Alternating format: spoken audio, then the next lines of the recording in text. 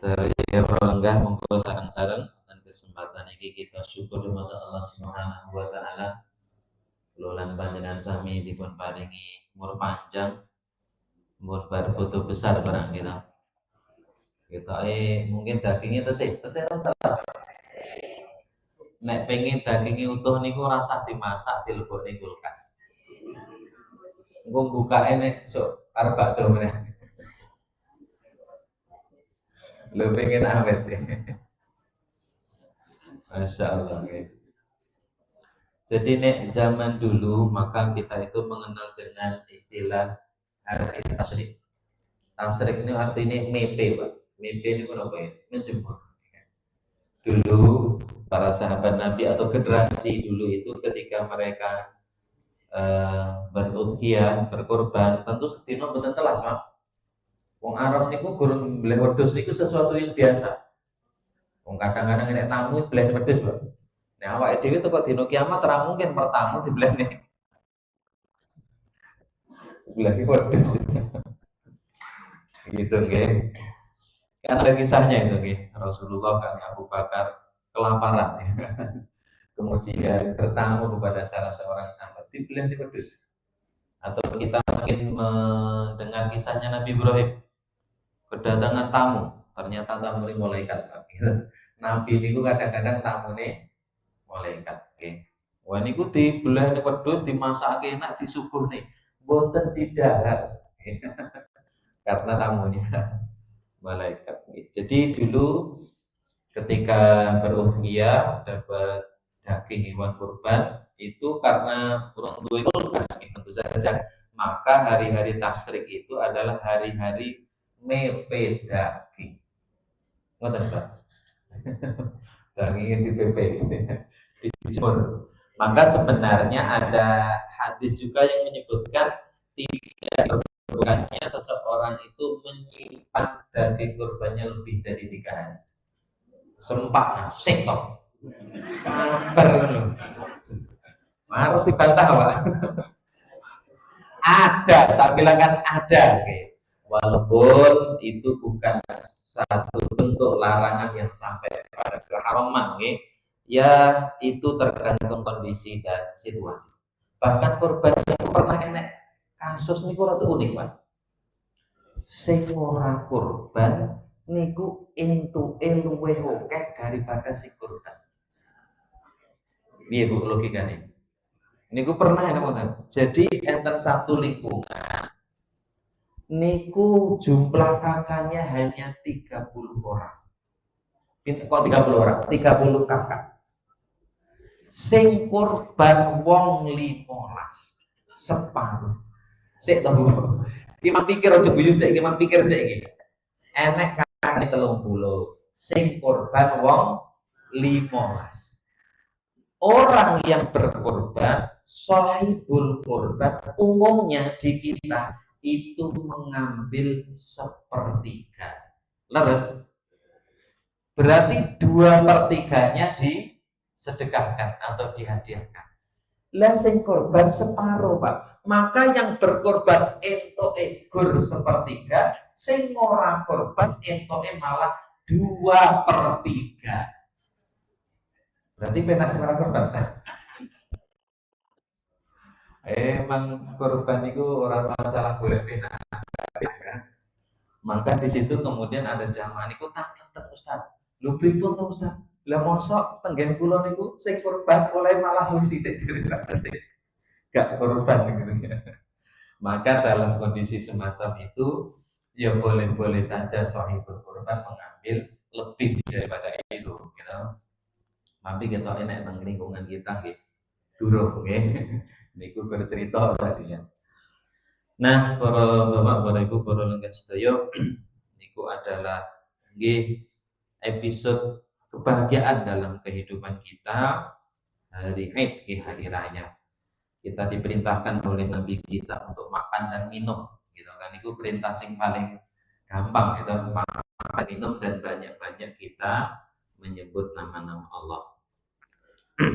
Nah, para bapak, para ibu, para lenggah sedaya, dalu niki kita abadi belajar niki nggih kita akan memikirkan nggih sekaligus kula lan panjenengan sami sareng-sareng merancang nggih, merencanakan bagaimana masa depan kita itu adalah masa depan yang penuh dengan kebahagiaan. Ngoten gitu ya. Ini masa depan tenanan iki. Ada satu nopo nggih? Satu hal yang disampaikan oleh Imam Ibnul Qayyim di dalam kitab beliau Ar-Ruh. Tak share di media sosial niku kok rame ya gitu ya. Di antara yang disampaikan oleh Imam Ibnul Qayyim ketika beliau menyebutkan tentang ruh, ruh nomor roh, ruh ya, roh gentayangan. Bahkan itu di bab pertama di dalam buku beliau, di dalam buku Ar-Ruh itu ya, dalam kitab Ar-Ruh.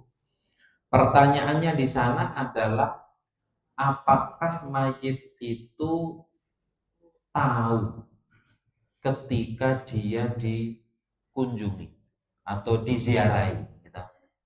Kita ini kan ada, kalau mungkin di sebagian lingkungan kita itu ada tradisi nek arep poso niku napa jenenge Pak?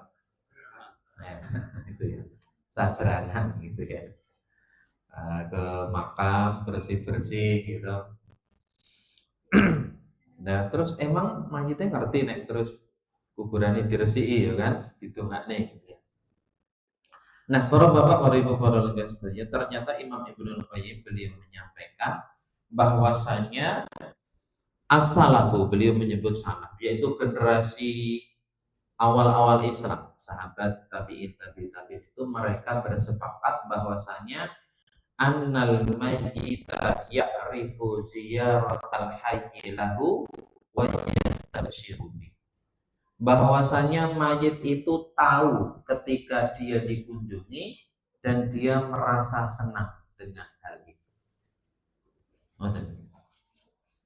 Berarti medeni nek mayit ngerti, Pak. Mayitnya ngerti, sing penting awake dhewe gak ngerti nek mayitnya ngerti. Maka Bapak Ibu yang dirahmati oleh Allah, maka di antara cara kita gitu, mungkin dari Bapak Ibu kita sudah ada, terutama orang tua. Iki nek kula tinggali umure kan sing pitulas rada angel. Maksud saya sebagian besar orang tua kita sudah ada. Iya betul, Pak. Maka di antara cara nyenengke Pak, nyenengke bapak ibu kita ketika mereka sudah tidak ada, kita sesekali waktu kalau memungkinkan ya jangan terlalu lama kita tidak berkunjung ke kuburnya. Teko Pak, dugi teng mriku napa sing kita lakukan pertama? Berucap salam. Assalamualaikum ya ahla diyar minal mu'minina wal muslimin, okay? Wa inna insyaallah bikum lahikun, atau bentuk salamnya Pak.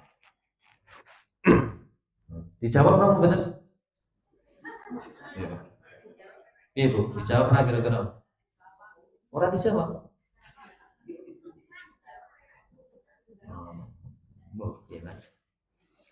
Nabi Shallallahu Alaihi Wasallam menyampaikan, jadi ketika ada seseorang yang dia berucap salam kepada saudara muslimnya, maka Allah itu akan mengembalikan rohnya. Okay. Kan orang mukmin itu, rohnya orang mukmin itu ada banyak keterangan. Di antara rohnya orang mukmin itu berada di sisi Allah, di surga. Terus kenapa di surga ini? Tapi ketika ada orang yang salam kepada dia, maka rohnya itu akan dikembalikan sampai dia menjawab salam. Dijawab apa? Mung untunge awake dhewe gak krungu jawaban. Ini benar, jelas Bu? Untungnya kita tidak mendengar jawabannya. Cara krungu seger Pak. Wah, seperti itu ya kan. Bahkan saya mendapatkan satu keterangan Bapak Ibu. Niki untuk sing nglakoni niku kok sahabat. Jadi ada satu peristiwa, beberapa sahabat Nabi itu dalam satu perjalanan kemudian biasa beristirahat, mendirikan tenda, ngedeki tenda. beristirahat itu. Nah, di tengah-tengah para sahabat itu beristirahat, ternyata tempat itu ada kuburannya, gitu intinya. Di tengah-tengah para sahabat itu beristirahat, kemudian mereka itu mendengar ada seseorang yang membaca surah Al-Mulk. Enak suara membaca surat Al-Mulk dari dalam kubur itu, Pak. Untung niku sing nglakoni para sahabat. Nek awake dhewe kira-kira apa yang terjadi, Pak? Bubar itu. Wis pontang-panting orang genah ya. Tapi anehnya para sahabat itu menyebutkannya hatta khotamah. Jadi seseorang yang di kuburan itu dia membaca surat Al-Mulk niku ora berayat siji. Tabarakalladzi biyadihil mulku wa huwa ala kulli syai'in qadir. Boten saya kok sampai rampung. Lho kene kuburan isih maca Al-Mulk kok, Pak. Kok awake dhewe urung dikubur ora gelem maca Al-Mulk. Ya gitu ya. Selesai, kemudian ya mereka melanjutkan perjalanan sampai akhirnya mereka itu sowan kanjeng Nabi. Karena itu satu peristiwa sing janggal, Pak. Mosok kok enek suara ken jero lemah gitu ya. Maca surat Al-Mulk sampai rampung gitu ya. Ketika kemudian sahabat niku laporan kepada kanjeng Nabi terkait dengan peristiwa itu, kanjeng Nabi itu beliau ngendikan bahwasannya surat Al-Mulk itu disebut oleh Nabi Al-Mani'ah. Artinya yang menghalangi atau yang melindungi. Wal Munjiyah. Artinya Al-Mulk itu menyelamatkan. Maksudnya apa? Surat Al-Mulk itu adalah di antara, membaca surat Al-Mulk itu adalah di antara amalan yang akan melindungi atau akan menyelamatkan seseorang dari azab kubur. Ngoten Bu. Al-Mulk mun apa lho betul? Urung, ora usah dijawab, ora urung lagi. Al-Mulk niku sak lembar kudel lembar siapa? Setengah halaman ya. Keren ya. Nek kalau ayat Yasin masih Al-Mulk itu hanya satu lembar lebih sedikit. Ini gitu. Jadi ternyata Bapak ya, bahkan di sini itu ada keterangan. Jadi ternyata orang dikubur niku kondisinya macam-macam Bapak Ibu. Enek sing ning kuburan ijik maca meniku tadi Al-Mulk ya kan.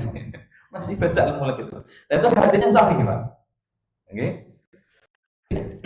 Bahkan di sini Bapak Ibu, niki ada keterangan panjang sebenarnya hadisnya, kita ambil poinnya. Nabi Shallallahu Alaihi Wasallam itu menjelaskan bahwasanya ketika mayit itu dikuburkan, okay? Mayit itu dikuburkan, selesai penguburannya, maka di sini Nabi menyebutkan innahu yasma'u khalqani alihim hina yuwallawna. Wis rampung dikuburnya ya kan. Kemudian orang yang bertanya itu pulang, maka mayit itu mendengar langkah-langkah kaki mereka. Krungu Pak, wah Gus ditinggal iki. Busuku sing jare cinta nyatane yo gak melu. Aku saiki turu dhewe. Anak-anakku sing tak ragati oke-oke nyatane yo ora enek sing gelem melu. Aku saiki turu dhewe. Saya kira begitu ya. Jadi mereka tuh tahu Pak, apa yang terjadi itu mereka tahu. Mereka mendengar. Nah, nek teng mriki ini kalau ini orang baik ya. Baikkan namunan kalau mayit tadi adalah mayit orang yang beriman, maka yang terjadi adalah sholat, pahala sholat ya, atau ibadah sholatnya itu dia akan datang dari sisi atasnya, kemudian pahala puasa itu akan datang di sebelah kanannya, kemudian zakat itu akan datang di sebelah kirinya, kemudian amal soleh yang lain gitu, mungkin sedekahnya, silaturahimnya, ngajak-ngajak sing apik-apik itu amal baik yang lainnya itu berada di sebelah bawahnya atau di kakinya. Nah, koncone teko Pak, bojone lunga, anak-anake ora gelem melu, opone gur tangga ya kan? Wis gak mungkin melu kan? Maka datanglah amalnya. Salate nek salate teng donya apik, maka salat akan wujud dalam bentuk yang sangat sangat baik. Pun juga amal yang baik. Nah, kemudian amal-amalnya itu kemudian berdatangan gitu. Niki terus amal-amalnya itu berbincang. Kemudian di sini nanti datanglah malaikat, gitu. Datanglah malaikat. Malaikat itu kemudian berkata, Ijlis, nyuwun tulung panjenengan lenggah rumiyin. Malaikat datang karena dia sudah dijaga oleh amalannya tadi, gitu. Jadi malaikat itu ya sangat gitu ya. Orang tekong gedak-gedak ya kan, kaya mau nagih utang boten ya. Halus teng mriki. Kemudian malaikat itu bertanya kepada si mayit tadi, "Ara'aitaka hadzal rajul alladzi kana fikum?" Apakah kamu mengenal laki-laki yang hidup bersama kamu ini? Ini bertanya tentang Nabi. Tapi sang mayit niku teng mriki ora langsung jawab. Kok ya iso ya gini? Iya untuk kendel mayit ini. Mayit itu kemudian fayaqulu, dia itu berkata, da'uni hatta musalli. Si anu kula nyuwun izin riyen sakdene kula jawab, kula nyuwun wekdal sekedap kula badhe salat. Jadi ditakoni malaikat itu, mayit itu bisa njaluk izin sik ya kan. Minta waktu sebelum dia menjawab itu untuk salat. Dan kemudian malaikat itu mengatakan, innaka satam'al, monggo jenengan salat riyen. Ini satu keterangan, ini sebenarnya panjang ya Pak. Bahwa ternyata peristiwa-peristiwa yang disampaikan oleh Nabi di dalam hadis-hadisnya terkait dengan alam kubur itu dan bagaimana kondisi manusia di alam kubur itu ada banyak sekali kondisi-kondisinya. Ini reno-reno gitu. Enak sing maca surat Al-Mulk gitu. Anak sing ditakoni izin Arab sholat barang gitu ya. Masya Allah. Nah, karena kita nih kira-kira Bapak Ibu, kita ini semuanya berencana nanti mau pindah ke alam kubur. Pripun Pak, rencana mau tadi? Kita ora patek sepakat nih. Menengahi terusan. Gitu ya.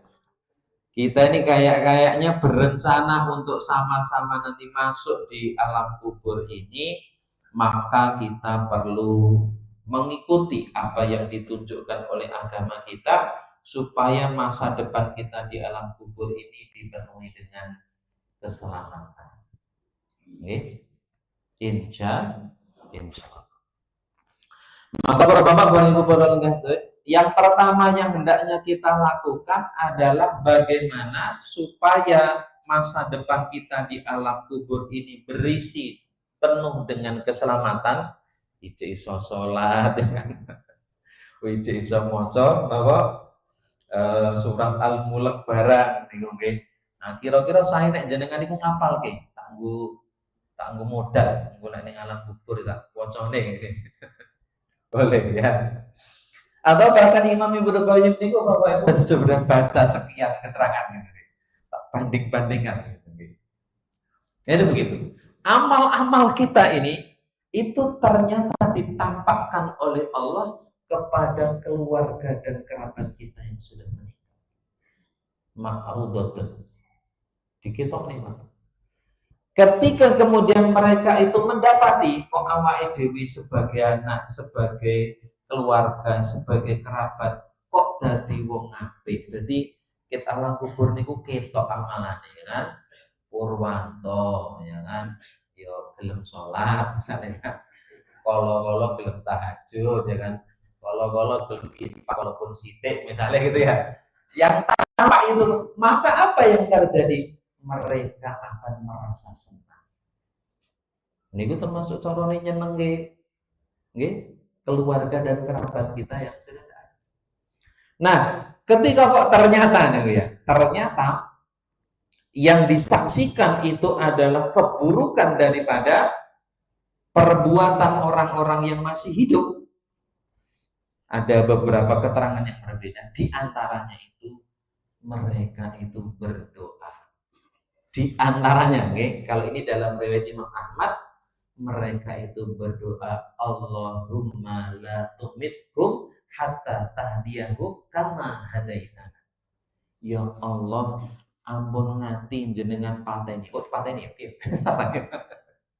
Ya Allah, jangan engkau matikan mereka sampai engkau memberikan hidayah kepada mereka sebagaimana engkau telah memberikan hidayah kepada mereka. Ya Allah, ampun ngantos jenengan pecah ini kok keluarga kula cek wamale cek seprahu kantos nonton. Nyuwun tulung jenengan paringi hidayah riyen gitu ya. Nyuwun tulung jenengan dadekke wong apik sik, aja dipateni sik gitu ya. Sebagaimana engkau telah memberikan hidayah kepada kami. Ngono Pak. Nek ngono barang gitu ya. Dan Imam Syekh Albani beliau termasuk yang mensahihkan hadis ini. Karena banyaknya hadis-hadis yang semakna.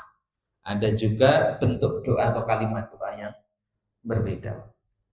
Berarti nek awak di misal Bapak, kok zaman pas orang tua kita masih sugeng niku kok ya urung patek iso nyenengke, urung patek iso bahagiake. Kira-kira ya, yang bisa kita lakukan adalah jangan sampai meninggal kita ini menyengsarakan mereka. Apa bentuknya? Yaitu ketika mereka melihat amal-amal kita dan amal-amal kita itu berupa keburukan. Sedih. Anakku sing tak kadang-kadang tak kuliah entek ditoke. Lah kok dadine guru kaya ngono. Korupsi misalnya. Misal. Kan sedih Pak itu. Sedih. Nah, itu kalau kita jadi orang yang baik gitu. Kita sholatnya dijaga, gelem maca Quran, yo wiritan, yo tahajud, yo sedekah. Bahkan mungkin sedekah niku kita namakan atas nama mereka. Bismillah kulo niki nderek urun, kulo niki seneng pengajian tapi niki tak niatke nggih bapak kulo. Ngoten nggih misalnya. Kira-kira seneng apa mboten? Nah, seneng Pak. Lah, supaya kita itu nanti nek mati kira-kira awak ini dhewe niku anak-anak yang kita tinggalkan gelem sing ngono kuwi, maka hal yang kita lakukan, kita sekarang mumpung cik urip, kita melakukan hal semacam itu untuk orang tua kita yang sudah meninggal. Karena di dalam Islam itu di antara rumusnya adalah al jazaa'u min jinsil amal.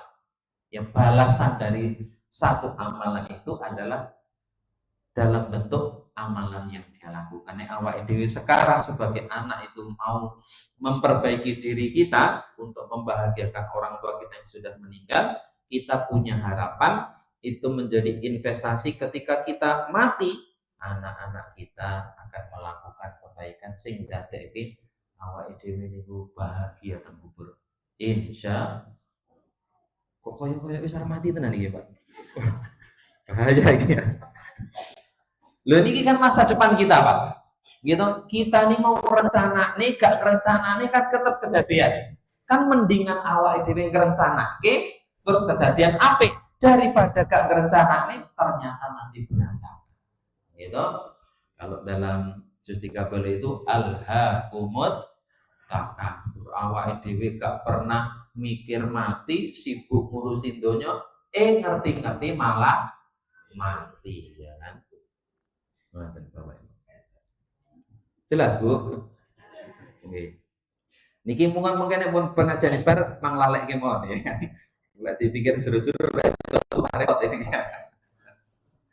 Gitu kan. Jadi ada saatnya kita itu kemudian berpikir aku tak roh tok kenceng akhiratku gitu. Tapi jangan seperti itu juga terus. Nek ngono kondisine kita awak dhewe ora sempat guyon ya kan. Ora sempat karo keluargaku ya terus serius terus akhirnya keluarga ya bingung bapak ini kena penyakit apa ya kan itu ya ada momennya kita itu takut kepada Allah, takut dengan neraka, nangis bercucuran air mata ning yo aja terus nek ngono terus ya bubar Pak. Ada saatnya kita rileks santai bahagia gitu, ada saatnya sedih tenang gitu. Nah, para bapak, maka hal yang harus kita lakukan supaya masa depan kita di alam kubur itu dipenuhi dengan keselamatan, itu tentu kita harus menjauhi dosa-dosa yang bisa mengakibatkan atau ada keterangan dari Nabi bahwa dosa itu mengakibatkan seseorang diadab di alam kubur. Sahabat Utsman itu menantu Kanjeng Nabi para bapak para ibu para sedaya. Beliau itu kalau berdiri di kuburan, beliau itu akan menangis dengan tangisan yang luar biasa. Sampai mantan budaknya niku heran. Kemudian sempat terangkat, wahai Utsman, panjenengan itu kalau diceritakan tentang surga dan neraka, jenengan yo nangis, tapi nangisnya gak patek nemen ngene iki. Tapi ngopo jenengan kira ini kuburan kok nangisnya niku luar biasa. Nangis ini masya Allah sangat mendalam. Maka beliau mengatakan kubur itu adalah rumah singgah yang pertama. Gitu. Barang siapa yang dia mudah di kuburnya, maka untuk kehidupan berikutnya akan lebih mudah. Tetapi barang siapa yang dia diadab di kuburnya, maka untuk kehidupan berikutnya akan lebih mengerikan lagi. Maka medeni. Makanya kita biasanya mengenal istilah kubur itu adalah raudhatun min riyadil jannah, taman dari taman-taman surga, atau juga sebaliknya hufratun min hufarin niran, atau jurang daripada jurang neraka. Nah, di antara dosa yang disebutkan oleh Nabi Shallallahu Alaihi Wasallam bisa menjadi penyebab seseorang itu diadab di alam kubur itu adalah teng mriki disebutkan yaitu dosa an-namimatu wa adamut tiqa'il baul, mengadu domba dan ora gelem ngresiki nek bar pipis. Niku bahasa kula, kira-kira ngoten niku. Namimah. Jadi uang sing punya kebiasaan mengadu, gitu, adu-adu, gitu. Mbuh niku sedulur, mbuh niku antar tonggo, mbuh niku antar anggota pengajian.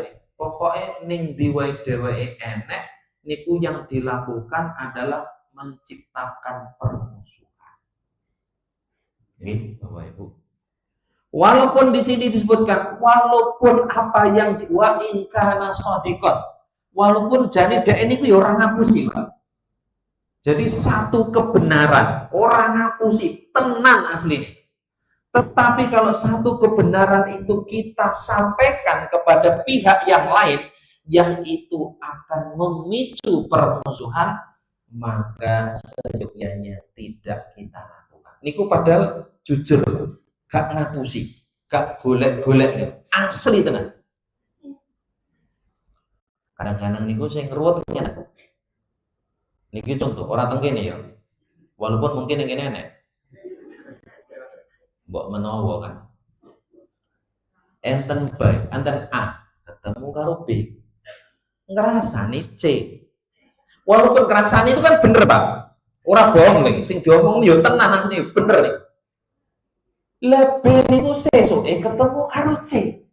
Lah kok diceritakne to? Sing diomong anyang B niku padahal sing diomongne niku C. Barang ketemu C ternyata sing B niku dewi walah ngomong ke jenengan kabeh, jenengan ki A B C. Tang mriki enten apa boten? Ora usah dijawab, ora usah. Wong sing gumun ku lho, Pak. Nek ngono kuwi dilakoni wong wedok niku rada setengah umum ya. Aja nesu Bu, aja nesu tenan iki wis dilarang nesu nih. Realitane ngono. Lah nek kok kula niku dicurhati, ngono iki ya wong lanang kok ya iso ngono. Tobat ta yo nesu lah. Wis. Ya, itu namanya walaupun mungkin kita sebenarnya tidak sengaja, apalagi kalau wah kesempatan iki duwe modal aku wis tak omongke ben opo ben patuh gitu. Nah, tugas kita itu kalau ada orang yang bermusuhan, tugas kita mendamaikan. Walaupun dalam mendamaikan itu bahkan kita mendapatkan keterangan awake dhewe itu oleh ngapusi untuk mendamaikan itu. Oke? Maka jangan diwalik, enek wong wis damai malah gawahane awake dhewe niku ngobor-ngobori, manas-manasi itu. Na'udzubillah. Lisan orang yang beriman tidak seperti itu. Lisan orang yang beriman itu yang diucapkan adalah salam, keselamatan, perdamaian, bukan memicu permusuhan. Nggih. Ingat hati Bapak-bapak, Ibu-ibu nggih. Napa melih nggih, kita berhati-hati jangan sampai keberadaan kita itu menjadi pemicu permusuhan. Wis pokoke piye carane dimpet. Wah ora iso dimpet yo mungkin dulaban sik. Pokoke kena aja ngomong. Pokoke ketika nafsu kita itu wis duwe modal, iki nek tak omongke wis gayeng tenan iki. Lho kan kadang-kadang hal semacam niku kan menarik. Leres, Bu. Orang jawab, Pak. Jadi kadang-kadang menyampaikan keburukan itu lebih menarik daripada menyampaikan kebaikan. Gitu. Maka kita niki kuncinya di hati kita. Nek hati kita insya Allah tidak ada ghil, tidak ada iri, tidak ada dengki, tidak ada hasad. Wong mulut niki manut karo hati, gitu. Tapi nek atine kotor ya kan, hati kita ini penuh dengan penyakit, ya mulut niki manut. Wah, entuk modal iki ya kan. Wah, yang tenan iki. Alhamdulillah. Oke, Bapak Ibu, kita berhati-hati menjaga lisan kita jangan sampai masuk dalam kategori orang yang namimah, mengadu domba. Yang kedua di sini adalah tadi nggih, wong sing nek pipis niku mboten istinja. Niki nek kira-kira pikiran kula Bapak, niki mbok menawa ya salah. Urusan adu domba, namimah, dosa lisan itu umumnya banyak dilakukan oleh ibu-ibu. Ojo nesu sih. Sedangkan dosa nek pipis gak istinja ini umumnya lebih banyak setok. Barang wae bapak urung teko tegas, Pak. Iki kan kur pikiran kula. Iki dudu hadis iki pikiran kula. Mbuh sok ya iya, sok ya ora niku kan mboten mesti. Men ketok niku ngoten ya. Jadi dosa lisan itu lebih banyak di ibu-ibu. Dan dosa ketika buang air kecil tidak istinja niku kok koyo banyak dilakukan. Berata terus nih selancar Pak nih. Terus ngerti aku karepe. Oke. Ini Bapak. Kenapa kemudian ini kan kita sepele Bapak. Dan kula ngimutke ya, terutama memang khususnya tadi Bapak-bapak saya mengajak ngilingke panjenengan sedaya monggo kita senantiasa menjaga adab ketika kita buang air kecil. Oke? Di antara hal yang mendasar memang kita itu dalam agama kita ada syariat namanya toharoh bersuci. Nah kita pelajari niku di toharoh versi kitab-kitab dulu niku. Bertoharoh itu bisa dengan dua benda padat atau benda cair. Nek zaman depen contohnya watu mesti Pak. Nek nganggo watu pinten watune Pak? Waduh kok iso sik. Dulu itu gitu ya. 3 ya Pak ya. Batu. Tapi kalau sekarang ya pakai berarti benda padatnya itu kalau sekarang tisu. Itu sah. Maka mungkin kalau kita itu mampir di hotel ya kan atau di ya hotel ya, kita ada acara itu kadang-kadang memang yang disediakan di situ untuk beristinja itu menggunakan benda padat, bukan benda tisu. Maka itu sah. Gitu. Walaupun memang beristinja dengan air itu bibis. Nah, termasuk di sini ini disebutkan karena konsekuensi ini ku panjang Bapak Ibu. Jadi ketika wong lanang, tak sebut wong lanang kan ibu-ibu rada ora loro ati ya kan. Itu karena memang kita tahu toharoh bersuci itu adalah syarat sahnya kita sholat. Nuwun sewu, misalnya enten bapak-bapak sregep sholat gitu, 5 waktu ning masjid, takbiratul ihram ora nanti ketinggalan misalnya. Tapi kok belionya itu nggih, piyambake niku dalam urusan pipis niku gak ngati-hati. asal tur dilebokne meneh ngono tok ya, Pak. Itu kan nyiprat-nyiprat di celana. Lo celana itu yang dia gunakan waya sholat yang nganggo kuwi nang masjid yang nganggo kuwi.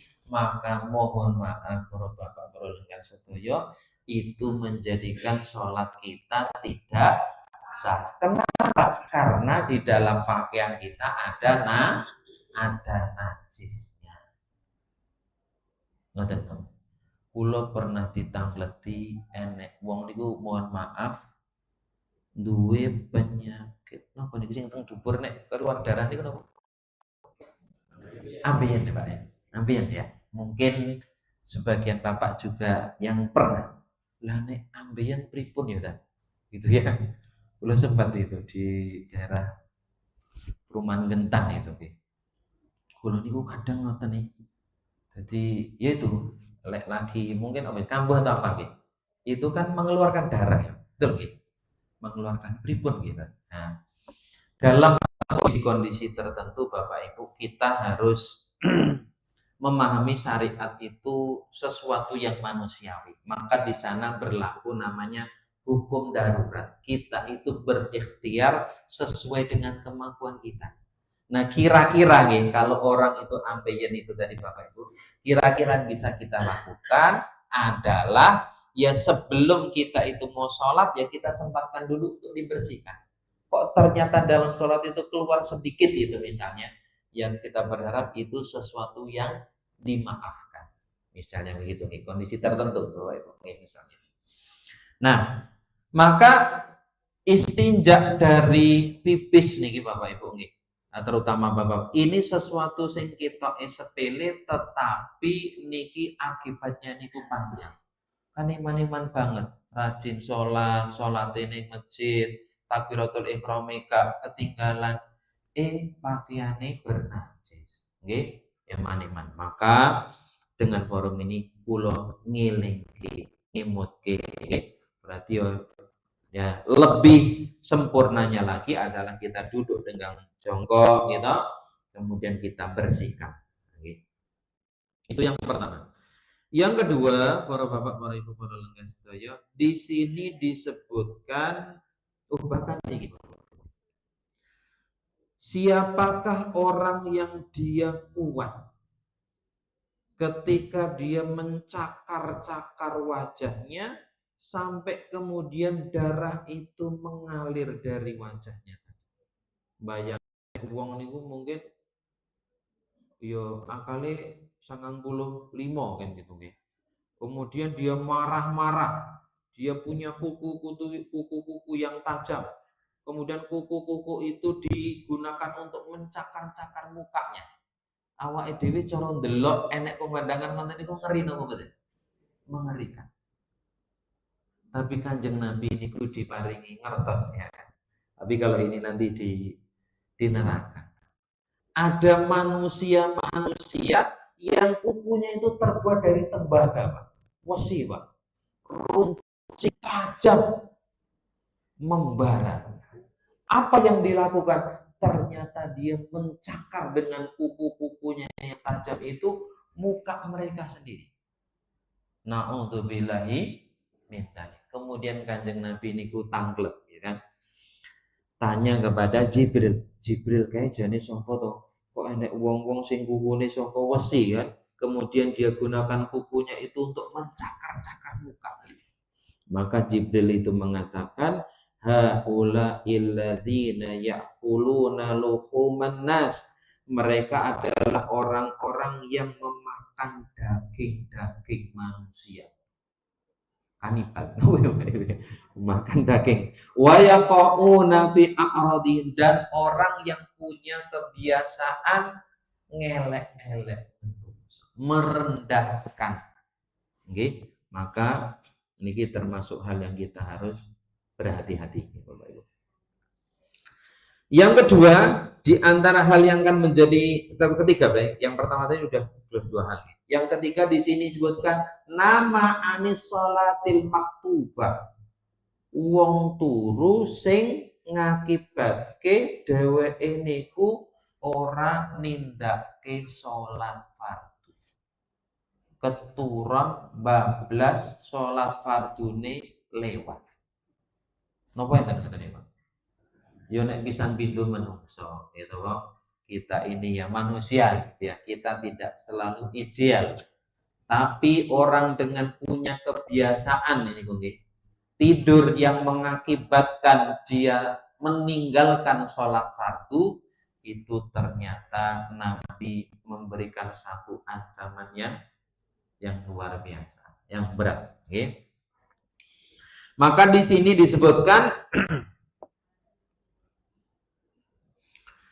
adapun seorang laki-laki yang kamu melihatnya, dia itu memukul kepalanya dengan batu-batu, maka sesungguhnya dia adalah fa innahur rajulu ya'khudul qur'ana fayarfuduhu wa yanamu 'anis sholatil maktubah. Dia adalah orang yang belajar Al-Qur'an kemudian meninggalkannya, dan orang yang tidur sehingga dia tinggalkan sholat fardu. Tapi nek insyaallah materi ngeten iki sedaya awake dhewe insyaallah mboten. Insyaallah kula yakin seyakin-yakinnya ora enek wong rajin pengajian kok duwe kebiasaan turu bablas sholat fardu ditinggalkan, nggih mboten nggih. Hanya kalau misalnya kejadian nggih dalam kondisi tertentu kok kita itu ternyata turun bablas gitu ya, keturun bablas nggih. Misalnya kerja esuk capek gitu, tekan dhuwur turu tangi maghrib gitu misalnya. Setengah dino turu gitu. Kira dok ngapusi mungkin ya. Maka jangan dijadikan hal semacam itu kemudian kita berpikir, wah nek ngono ya wis lah ngasare wektune wis lewat aku ora salat ngasar. Betul napa mboten? Mboten betul. Ya. Kalau kita tertidur kemudian kita terbangun dan ketika kita bangun waktu sholat itu sudah lewat, itu tidak bisa menjadi alasan bagi kita untuk meninggalkan sholat yang sudah terlewat. Yang harus kita lakukan adalah ketika kita bangun ngerti kita sudah tertinggal sholat, maka hendaklah segera kita untuk melaksanakan sholat tersebut. Niatnya kodok niku nyaur, kodok niku ganti. Kenapa disebut nyaur atau ganti? Karena kita melakukan satu kewajiban yang di luar waktunya. Ya kan nek cara tangine maghrib mosok sholat ngasar kok waktu maghrib itu, maka dalam bahasa fikih disebut sebagai qadha, ganti atau nyaur, nggih.